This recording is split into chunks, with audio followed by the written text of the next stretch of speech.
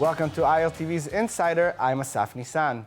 Today we return to another round of Iran, as voices in the Israeli government keep warning that Iran is on the verge of a nuclear bomb.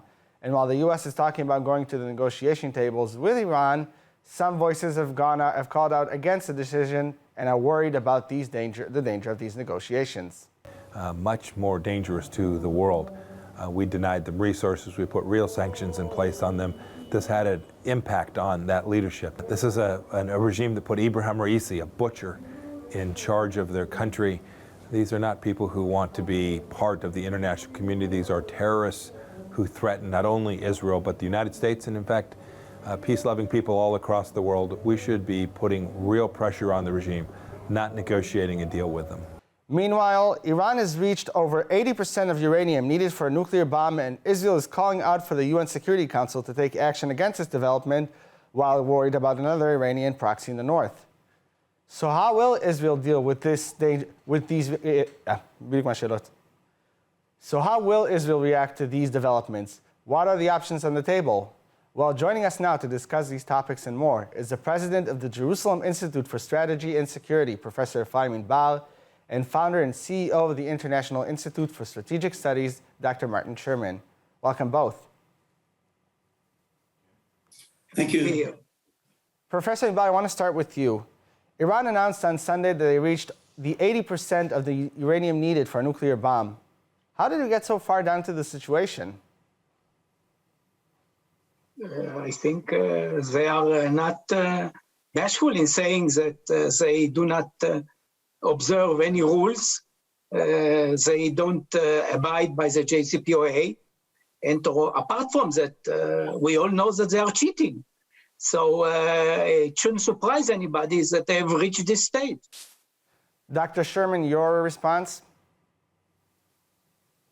Well, I generally agree with Professor Inbar. I think one of the givens is there's not going to be a consensual resolution to the problem of Iran's nuclear ambitions. There will have to be a coercive one.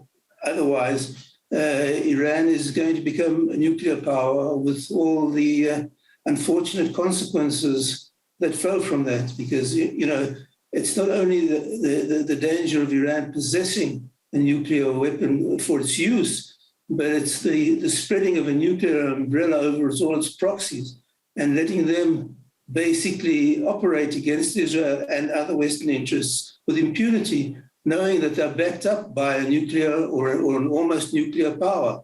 And so I think that the time for negotiations is long past. I don't believe that anyone with a modicum of intellectual integrity thinks that Iran is going to abide by the rules. It's going to do everything it can. It's going to try and circumvent any restrictions.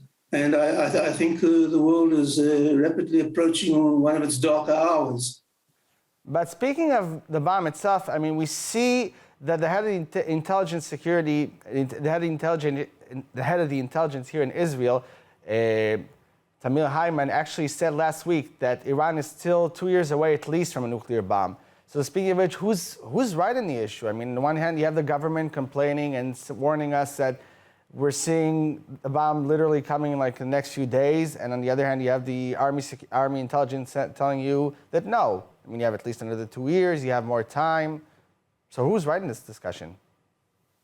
I think that there is no I think we're splitting hairs because it doesn't really matter, because 2 years will even if the optimistic assessments are right, and in parenthesis, I would say that every time you make a benign assumption in the Middle East, you're always proved wrong. But even assuming that the optimistic assessment is right, 2 years will be gone in a flash, and unless assertive and coercive action is taken against Iran to put an end to their nuclear plans, I think they will realize them earlier or later. I don't think 2 years should encourage anyone. Professor Inbar, how do you see this? I mean, seeing this discussion on both hands, on both sides, is just showing us the fact that there isn't a consent between where is Iran standing on the bomb. I think that people are talking about different deadlines. One deadline is, of course, reaching the amount of fissionable material that is needed to produce a bomb. This is one deadline, and seems to be the closest ahead of us. There are other deadlines. For example, the ability to assemble a bomb, which it seems that the Iranians are a bit further away. I, of course, agree with Dr. Sherman that even if it's 2 years, it's extremely close. And steps should be taken to take care of the situation. So I don't think there is differences of opinion. Some people prefer to emphasize one deadline, while other agencies prefer to define another deadline. What is of greatest concern that there is no agreement between the United States and Israel which deadline is the most important. And it seems that the visit of our National Security Advisor, Eyal Hulata, to the United States didn't resolve these differences. And furthermore, I think that we see that the United States, unfortunately, has no plan B. They are seem to be happy to try to get the Iranians back to negotiations, and will eventually end up with the Korean situation, with North Korean situation. So, Professor Inbal, I want to jump back to what you said about the solutions. I know also today Prime Minister Naftali Bennett reached out to the United Nations Security Council and asked them to take action against recent developments. I mean, what can they do? We see that Iran has already blocked the IAEA from coming in from the middle of last month. I mean, do they have any indication of what's going on there? Pretty much now with the fact that Bennett is calling out to the UN Security Council, but if they don't have a full picture, how can they go forward? Well, going to the UN is pathetic. We all know that the UN is an impotent international institution. It is a morally bankrupt institution. And maybe he wants more time, he wants greater legitimacy for what he maybe plans to be doing. But the UN venue is a totally useless venue. Well, I must endorse Professor Inbal's assessment here.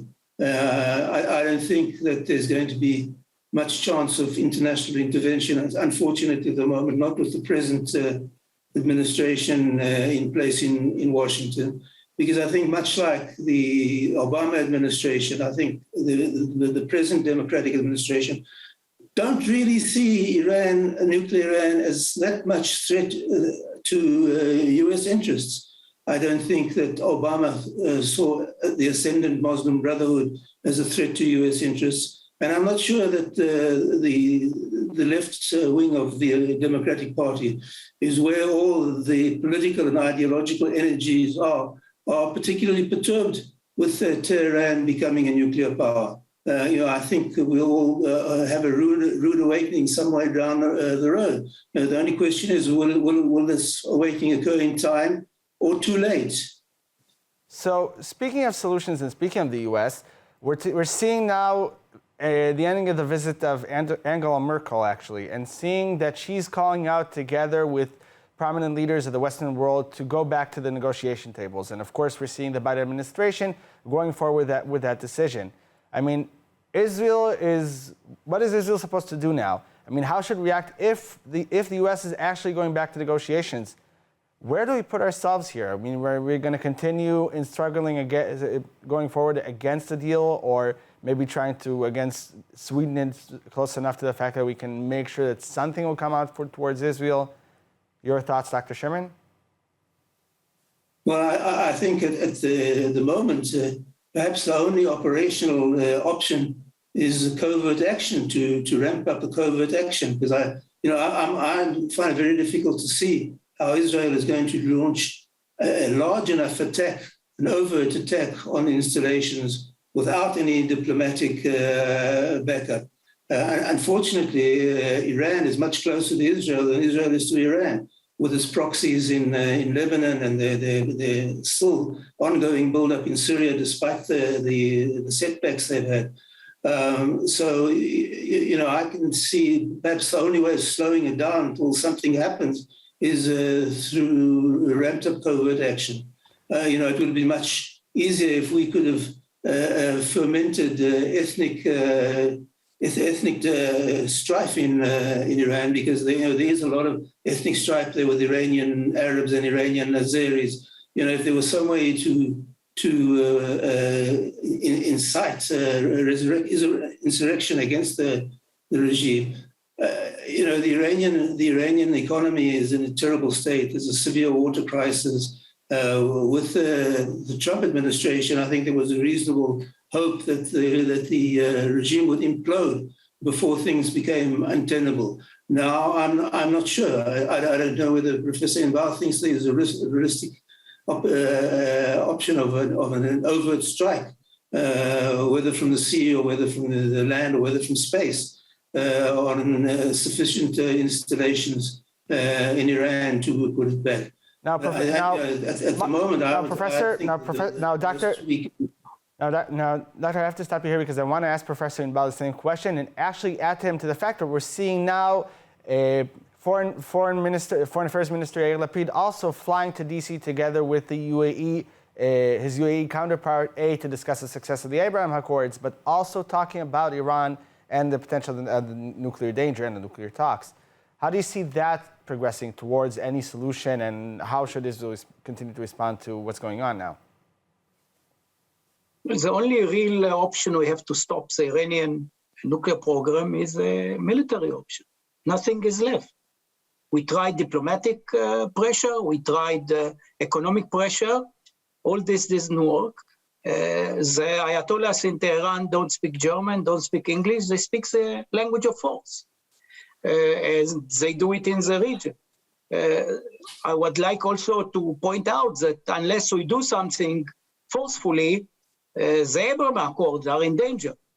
One reason that we have the Abraham Accords is that we spoke strongly against making a deal with Iran, and they saw us as a strategic ally in this struggle, particularly when the United States is retreating from the region.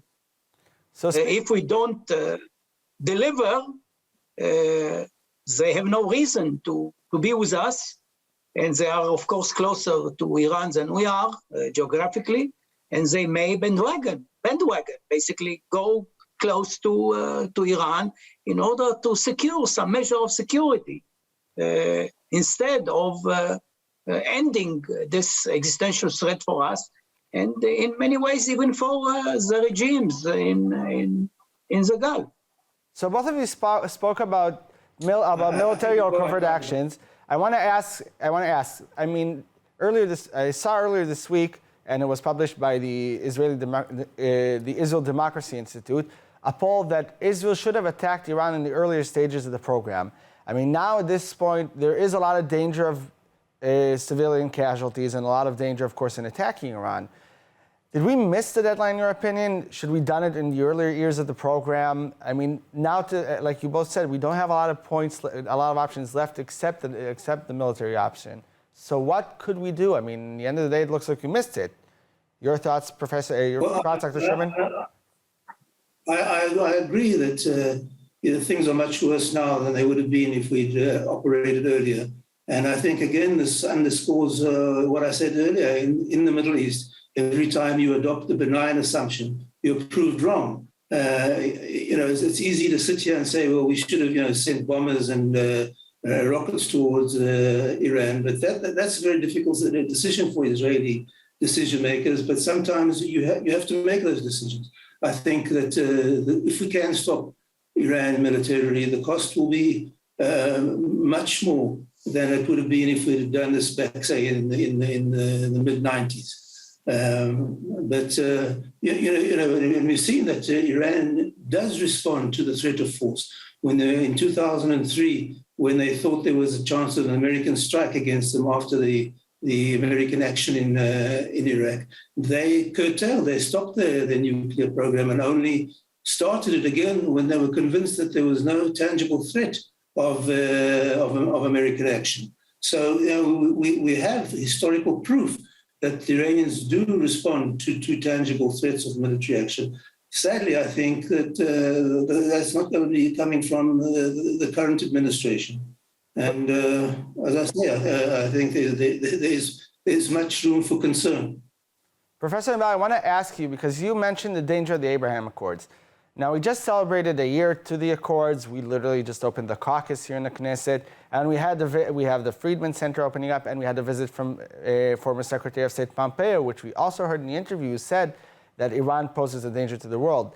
Now, speaking of the Abraham Accords, we're seeing a lot of collaborations opening up with Israel in the last year. Question is, are those collaborations could be potentially also a new alliance coming up against Iran, seeing the more moderate states coming together in order to stop Iran from reaching nuclear fulfillment and becoming a bigger danger, like you both said, on like North Korea?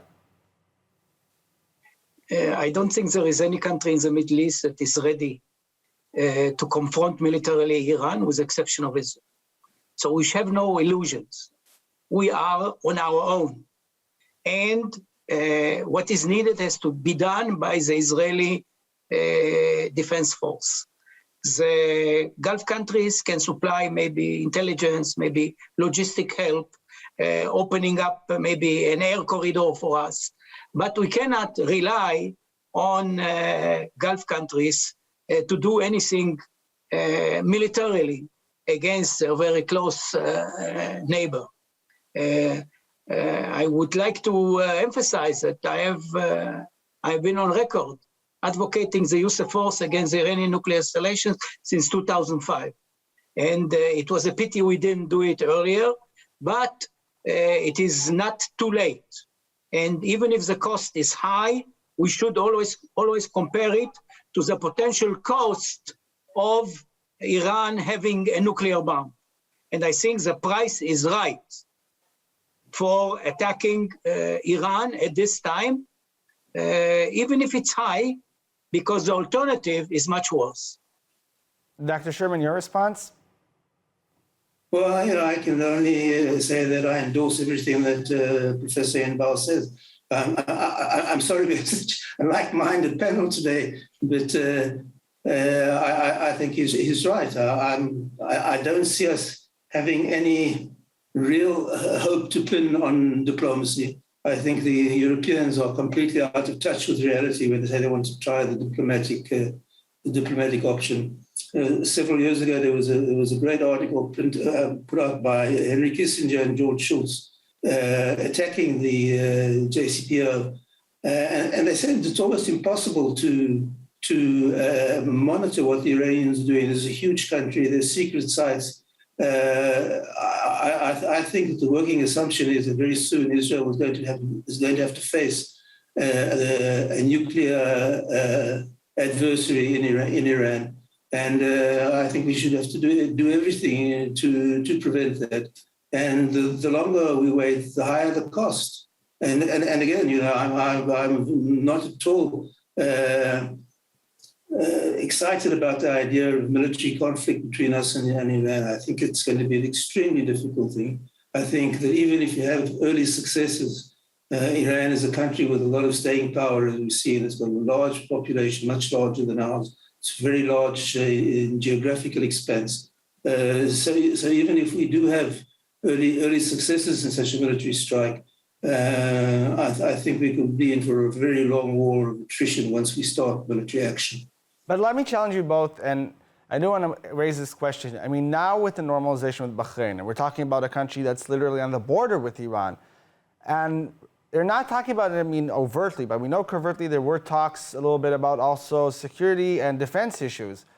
So potentially, maybe we're not that much alone. Again, I'm not disqualifying the fact of what you said, because we are seeing a change in policy in the U.S. You're right, Dr. Sherman, about saying about the Europeans, because we do see they're trying to advocate for, right now, back for the deal. So question is, are you guys sure 100% we're alone? That must be our operating assumption. I mean, I don't really think that the Bahraini military or the Abu Dhabi military is something that the Iranians lose sleep over at night. I really can't see them making much of a dent. As Ephraim said earlier, I think they could give us logistical aid. They could perhaps contribute towards intelligence and such things. But I don't really see them as a huge contribution to combat capabilities against Iran. The only real force in the international stage that could project force to Iran is the United States. And as I say, they certainly don't seem to have the stomach for an engagement in the Gulf at the moment. And they're pivoting away from the Middle East towards China and Russia. So I'm not quite sure how high nuclear Iran is on the American strategic agenda. Okay, and I want to ask you guys, we've also heard reports from Prime Minister Bennett, and I want to start with you, Professor Inbal, about the growing threat up in the north now in the Syrian border. We're about to see another proxy coming up? We see in Syria plenty of Iranian proxies. In Lebanon, the country belongs to an Iranian proxy, Hezbollah. I don't think the Iranians need additional proxies in that area. They supply them with weapons, and they are quite successful in keeping their presence. Actually, it's remarkable. Despite the campaign between the wars, they are still there, and Iran is ready to invest tremendously into maintain their power in region in order to be able to harass us with missiles under certain circumstances, which I find suitable. Dr. Sherman, your last few words regarding the topic? Well, I think we must assume that you're going to have a deployment of a pro-Shiite force in Syria. I don't think that we should be in any way complacent about what's going on there. And as I said before, we live in a tough neighborhood, and I don't think that we should let our guard down for a minute. Okay. Thank you so much, guys. That's all the time we have. Thank you, Professor Ephraim Inbal and Dr. Martin Sherman, for joining us. I'm Asaf Nissan, and please stay tuned for next time for Insider for more of everything in Israel. If there's any topic that you'd like us to cover, let us know in the comments online. And finally, for more news from Israel, follow ILTV on Facebook and Instagram, and subscribe to our YouTube and ILTV.tv channels. Thank you, be well, and see you all soon.